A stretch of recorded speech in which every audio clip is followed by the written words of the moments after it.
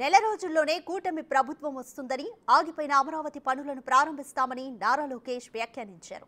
జగన్ అద్భుతమైన నటుడని, సినిమాల్లో నటిస్తే ఆయనకు భాస్కర్ అవార్డు ఖచ్చితంగా వస్తుందని నారా లోకేష్ ఎద్దేవా చేశారు. గుంటూరు జిల్లా మంగళగిరి నియోజకవర్గంలోని నీరుకొండలో లోకేష్ రచ్చబండ కార్యక్రమం నిర్వహించారు. జగన్ నటన గురించి రాజమౌళికి ఫోన్ చేసి ఓ సినిమా చేయాలని కోరుతానని సెటైర్లు వేశారు. ఆనాడు అందరు చెప్పారు ఎస్ఆర్ఎంకి అంత భూమి అవసరమా అని. ఇప్పుడు చూడండి, కనీసం 500 మంది ఇక్కడ పనిచేస్తున్నారు. మన గ్రామానికి చెందిన అనేక మంది ఈరోజు ఎస్ఆర్ఎం వల్ల బాగుపడ్డారు. ఒక్క ఎస్ఆర్ఎం వల్ల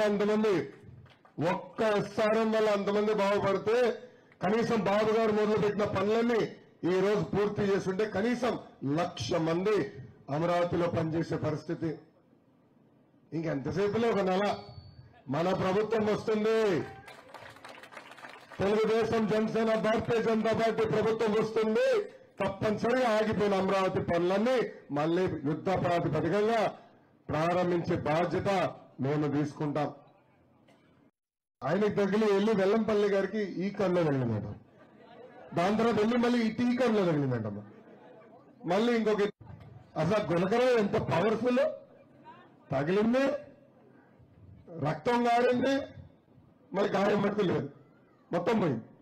స్పెషల్ గులకరాయి నటుడి కింద ఆయనకి అవార్డు ఇవ్వచ్చు. వాస్తవం ఈయనకి చెప్పాలి, రాజమౌళి గారికి చెప్పాలి. మంచి ఐడియా. రాజమౌళి గారికి ఫోన్ చేస్తాను ఈరోజు. గురువారం వీళ్ళందరితో మీరు జగన్మోహన్ రెడ్డి గారిని పెట్టండి, గ్యారెంటీగా ఆస్కర్ వచ్చారు.